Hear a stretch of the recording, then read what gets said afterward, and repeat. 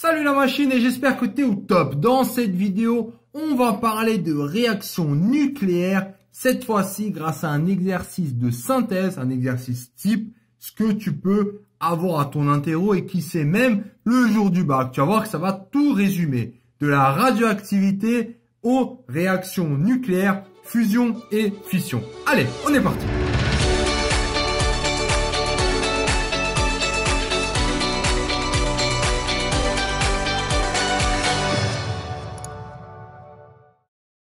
On va parler du réacteur ITER. Alors juste pour ta culture, c'est un projet ITER, encore expérimental, qui vise à industrialiser la fusion.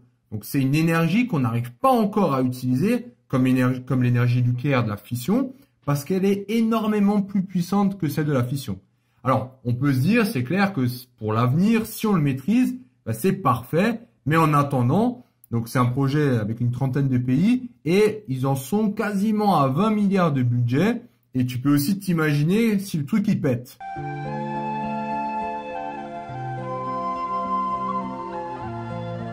Il restera plus grand chose. Bon bref, ça c'était pour la culture. Alors la fusion étudiée dans le réacteur international expérimental ITER à Cadarache, Bouches-du-Rhône, met en jeu les deux nucléides de l'hydrogène. Alors on parle du deutérium et le tritium. Ok, bon, je sais pas si on arrive à voir là encore. Un noyau de deutérium et un noyau de tritium fusionnent pour former un noyau d'hélium tout en éjectant un neutron. Alors, on a... il est où? Là, deutérium, tritium, fusionne pour donner... Tac, on est bon. Ça, c'est l'essentiel à retenir. Comment peut-on qualifier le protium, le deutérium et le tritium? Alors, pas besoin d'apprendre quoi que ce soit par cœur. Il suffit de regarder ici les données de l'énoncé. On a le protium, deutérium et tritium. Donc on voit H11, H12, H13. Alors qu'est-ce qu'on peut dire? Quelle est la particularité justement de ces trois? Par définition, quand on a ça, ça, ça, numéro atomique qui est le même, par définition, ce sont des isotopes. Donc ça, c'est la première chose à savoir. Ensuite, deuxième question, écrire l'équation de cette fusion. Ça tombe bien, c'est ce que je viens de souligner. Lui plus lui fusionne pour transformer hélium et neutron. Donc on écrit juste, alors on a le 2, il est là, le tri, il est là. Donc H12 plus H13 va donner hélium plus un neutron. Bon, je pense qu'il n'y a pas grand-chose à écrire. Attention maintenant, qu'est-ce qu'on nous dit? Au niveau de l'hélium, regarde, il y a un petit truc. On ne sait pas si c'est le hélium 3 ou le hélium 4. Tu vois les charges, est-ce que je prends 2, 3 ou 2, 4? Et là, il y a justement les lois de Soddy qui nous disent qu'il y a conservation du nombre de charges à gauche et à droite. Donc, c'est la même chose à gauche au niveau des charges et de la masse, au niveau des masses. Donc là, on va avoir 1, 1, j'en ai 2. Donc, on voit bien que ici, je vais avoir 1, 1. Donc, ça me fait 2 à gauche. Donc, à droite, je dois aussi en avoir 2. Le neutron, il a combien de charges? Il est nul, le neutron. En plus, est-ce qu'on nous le donne? Ouais, le neutron, il est 0,1. Donc, le neutron, on sait que c'est 0,1. Ça tombe bien. 2. Donc, lui, hélium 2. Jusqu'à là, on va bien. Maintenant, est-ce qu'on prend lequel on prend? Est-ce qu'on prend le 3 ou le 4? J'ai combien de... Ici, j'en ai combien pour la masse? 5. Pardon, 5 ici. Donc là, il me faut aussi 5. 1 plus combien? Plus 4. Ça répond déjà à la question numéro 2. Et on avance. Alors là... Ça, c'est la question, allez, on va dire la plus chiante. Clairement, on te demande de calculer le défaut de masse. Alors, le défaut de masse, c'est quoi? Petit rappel, c'est, on a l'énergie, c'est la fameuse formule E est égale à mc carré, c'est delta M fois c carré. C'est delta M, c'est variation de masse, c'est le défaut de masse en kilos. Et l'énergie, elle est en joules, et ça, c'est en mètres par seconde. Alors maintenant, on nous demande juste de calculer ça. Tu peux t'imaginer que la question d'après, justement, c'est quoi? L'énergie. Bon, comment calculer ça?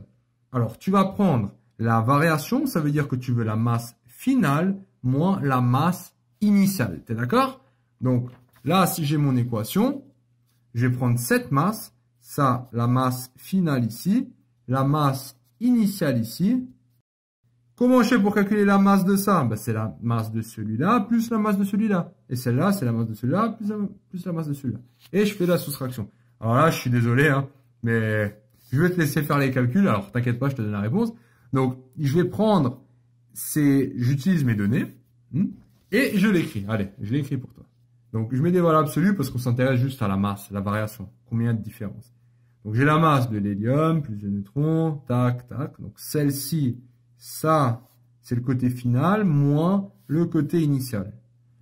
Et je remplace par l'énoncé. Tu vois, les chiffres significatifs, là, bon, il y en a à gogo. Et j'obtiens ça. Moi, je décide de m'arrêter là. Je l'obtiens en kilos. On a le défaut de masse. Alors, fais gaffe, hein. Te trompe pas au niveau des chiffres, mais tu vas y arriver, hein. C'est juste une application relativement simple. Application numérique. Je prends la masse d'ici encore une fois. Je les connais pas par cœur.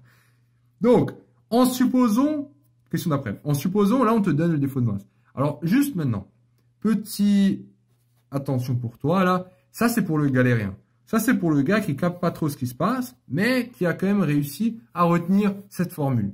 Tu vois, là, on te donne le défaut de masse. Donc, c'est très simple. T'appliques juste ça, le défaut, fois c carré, et tu vas bien obtenir l'énergie. Donc, tu vois, même si tu comprends pas tout l'exercice, il y a un certain moment où on te donne la chance de revenir dans l'exercice. Et c'est ce qu'on va faire maintenant. Pour calculer cette masse, j'applique, qu'est-ce que j'ai dit? Cette formule. Et je l'ai ici. J'applique avec l'énoncé. Je l'ai. Au passage, je peux aussi vérifier. Tiens, ça a l'air plutôt juste ma réponse. Hein.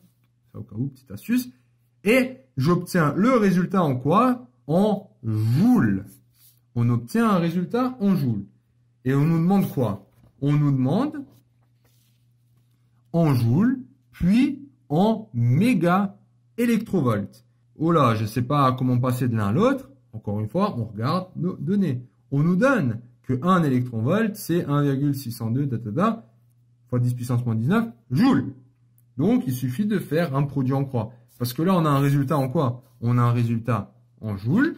Donc, on va se dire, OK, 1 joule, c'est à peu près ça, d'après l'énoncé. Donc, combien de joules nous donne, 1 électronvolt, c'est ça. Donc, combien d'électrovolts nous donne notre résultat? Ça, c'est le résultat. Au passage, je prends deux chiffres significatifs parce que là, on me donne 3,1. Donc, ça donne combien? Ben, ça, c'est juste un produit en croix. Donc là, j'ai les électronvolts à gauche, les joules à droite. Donc, ça, c'est égal à ça fois ça divisé par ça. 1 fois 2,8. 1 fois 2,8 fois 10 puissance 12. Divisé par ça. Bon, ça me donne 17 fois 10 puissance 6. Pourquoi j'en prends deux? Cette fois-ci, les chiffres significatifs. Parce que ça fait 2,8. Okay. Et 10 puissance 6, c'est quoi? Méga. C'est le grand M.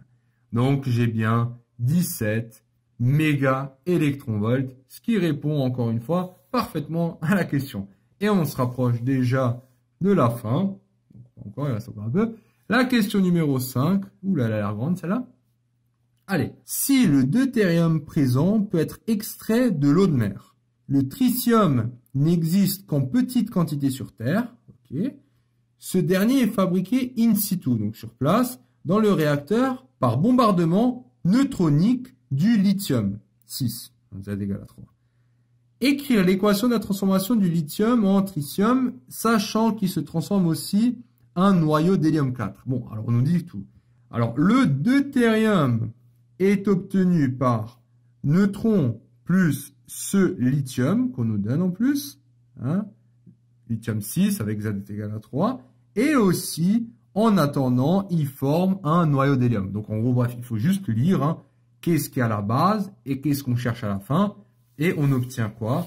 On obtient bien cette équation, hein, le lithium, donc Z est égal à 3, 6, plus le bombardement neutronique, hein, N égale à 1, et on obtient, alors qu'est-ce qu'on cherchait, hein? Ce qu'on cherche à la base, le tritium plus l'hélium.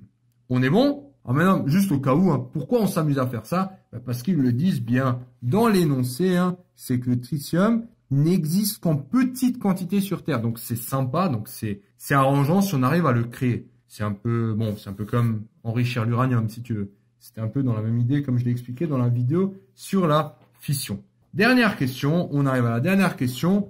À la différence du deutérium, le tritium est radioactif. Bêta moins, très important de connaître. Écrire l'équation de sa désintégration. Ah, bêta moins. Alors, bêta, on connaît 3 types de désintégration. On a la bêta moins, bêta plus et on a alpha. Alors, bêta moins, qui dit moins, ça va justement être le facteur qui va nous dire, tiens, c'est émission d'un électron. Ouais, bêta plus, c'est un...